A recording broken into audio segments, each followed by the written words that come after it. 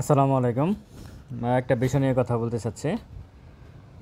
Market stabilisation fund, এটা আসলে 2021 সালে মার্কেট স্টেবিলাইজেশন ফান্ড তৈরি করা হয়। এটা কিভাবে তৈরি হয়েছে আসলে এই বিষয়ে যদি একটু বলি, সেটা হচ্ছে জুন ক্লোজিং এবং ডিসেম্বর ক্লোজিং যে শেয়ারগুলো আমরা কিনি, এখানে অনেক সময় কোম্পানিগুলো যে ডিভিডেন্ড দেয়, এই ডিভিডেন্ডটা অনেক সময় সাধারণ বিনিয়োগকারীদের অ্যাকাউন্টে যায় না। তো অবন্টিত লাভ্যাংশ যেটা আর কি, অবন্টিত লাভ্যাংশ, তারপর বোনাস শেয়ার, তারপরে যে অবন্টিত সাবস্ক্রিপশান, আইপিওর যে সাবস্ক্রিপশনটা, সেটা এই সবগুলো মিলাই একটা ফান্ড তৈরি করা হয়েছে। মানে অবন্টিত এগুলো সাধারণ বিনিয়োগকারীরা পাওনার কথা, কিন্তু যে কোনো কারণে এগুলো বন্টিত হয় নাই। এটা দিয়ে একটা ফান্ড তৈরি করা হচ্ছে, সেটা হচ্ছে মার্কেট স্টেবিলাইজেশন ফান্ড। এটা 2021 সালে তৈরি করা হয়। হ্যাঁ, এখানে 30শে জুলাই পর্যন্ত এখানে টাকা আছে 1545 কোটি টাকা। তো আজকে বৈঠক আছে এদের সাথে, সিকিউরিটি এক্সচেঞ্জ কমিশনের সাথে। এদের মধ্যে মানে এত বেশি দুর্নীতি এখানে হয়েছে যে গত 3 বছরে প্রায় এরা 323টা মিটিং করছে কোনো কারণ ছাড়া। বছরে প্রায় 100টা মিটিং করছে মার্কেট স্টেবিলাইজেশন ফান্ড। তো এদের ব্যয় হয়েছে 3 বছরে এদের ব্যয় করছে এরা 3,32,00,000 টাকা। হ্যাঁ, এদের ব্যয় হয়েছে 3,32,00,000 টাকা। এরা 100টিরও বেশি মানে মিটিং করছে বছরে। আর যারা মিটিংয়ে উপস্থিত ছিল তাদের প্রত্যেকের সম্মানই ছিল 8,000 টাকা করে। মানে হরিলুট কাহাকে বলে, ওনারা গাড়ি কিনেছে 1,52,00,000 টাকার। আর অফিস ব্যয় তারা ধরছে 5 কোটি টাকা।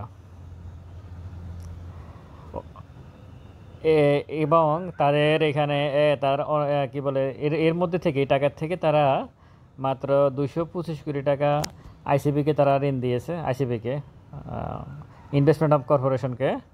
আর 50 কোটি টাকা তারা মিউচুয়াল ফান্ডকে দিয়েছে। এই তাদের দেওয়া 1,545 কোটি টাকার মধ্যে 225 কোটি টাকা তারা আইসিবিকে দিয়েছে, আর 50 কোটি টাকা তারা মিউচুয়াল ফান্ডকে দিয়েছে। আর কোনো টাকাই তারা কাউকে দেয় নাই, টাকা তাদের কাছে আছে। অথচ মার্কেট লিকুইডিটি ক্রাইসিস এত বেশি, এটা গঠনই করা হয়েছিল এই উদ্দেশ্যে।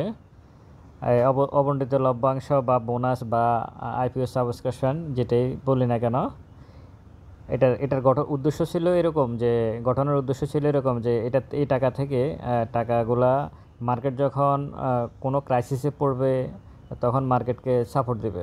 এটাই ছিল মূল উদ্দেশ্য মার্কেট স্টেবিলাইজেশন ফান্ডের। কিন্তু এটার ধারে কাছে দিও নাই, ছিল না তারা। বরং মার্কেটের এখন যে লিকুইডিটি ক্রাইসিস, টাকা নাই, সারাদিনে 500 কোটি টাকার লেনদেনও হয় না, অথচ এদের কাছে টাকা আছে, কিন্তু এই টাকাগুলা উদ্দেশ্য যেটা সেটা পূরণ না করে তারা তাদের পার্সোনাল গাড়ি কিনে বাড়ি কী বলে অফিস ভাড়া দেয়, আর মিটিং করে এবং তাদের সম্মান হিসেবে টাকাগুলো নিয়ে যায়। তো এটা অনেকে জানেন যারা শেয়ার মার্কেটের সাথে জড়িত। এখন এটা নিয়ে বলার উদ্দেশ্য হচ্ছে, আজকে এদের সাথে মিটিং আছে সিকিউরিটি এক্সচেঞ্জ কমিশন। ওনারা তো অনেক সংস্কার করতেছে। এখন এই 1,545 কোটি টাকা কী করবে, এই ব্যাপারে এখন সিদ্ধান্ত হবে আজকে যেহেতু তাদের সাথে মিটিং আছে। এখানে দেখা যাক রাশেদ মাকসুদের কমিশন কি করে, এই মার্কেট স্টেবিলাইজেশন ফান্ডের সাথে মিটিংয়ে করে কী সিদ্ধান্ত নেয় এই টাকাগুলোর ব্যাপারে। এই টাকাগুলো অবশ্যই মার্কেটে আসা উচিত।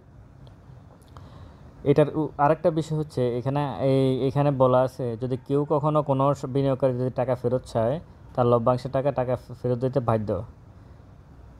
এটা বাধ্য থাকবে তারা।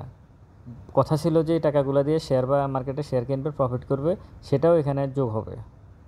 বিষয়টা এরকমই ছিল, কিন্তু তার আশেপাশেও নাই। তো এখন আজকে মিটিংয়ের পর আসলে এই বিষয়ে সিদ্ধান্ত কী আসবে সেটা দেখার বিষয়।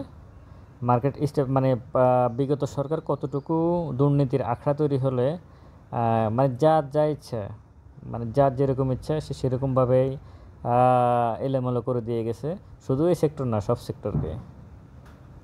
ভালো থাকবেন সবাই। আসসালামু আলাইকুম।